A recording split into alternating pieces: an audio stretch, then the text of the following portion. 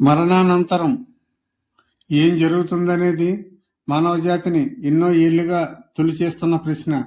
దీనికి సమాధానం మనం చూసే కోణాన్ని బట్టి పురాణాలు, సైన్సు, తత్వశాస్త్రంగా మారుతూ ఉంటాయి. హిందూ ధర్మ శాస్త్రాలు గరుడ పురాణం ప్రకారం భగవద్గీతలో కృష్ణుడు చెప్పినట్లుగా ఆత్మకు చావు లేదు. పాత బట్టలు వదిలేసి కొత్త బట్టలు ధరించినట్లుగానే ఆత్మ ఒక శరీరాన్ని వదిలి మరో శరీరాన్ని తీసుకుంటుంది.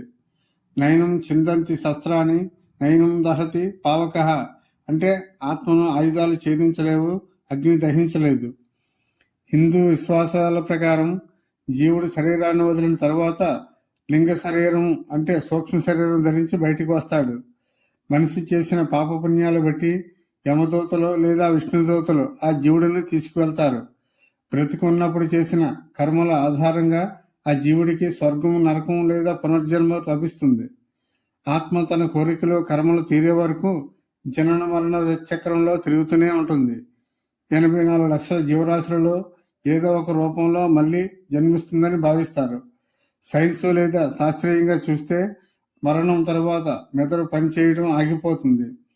స్పృహ ఏమవుతుందనే దానిపై పరిశోధనలు జరుగుతూనే ఉన్నాయి. కొందరు శాస్త్రవేత్తలు దీనికి శక్తి రూపాంతరంగా భావిస్తారు.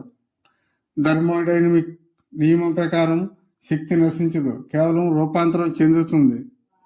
మరణానంతరం అనేది ముగింపు కాదు, అది ఒక మార్పు మాత్రమే. అది దాదాపు అన్ని ఆధ్యాత్మిక గ్రంథాలు చెబుతున్నాయి.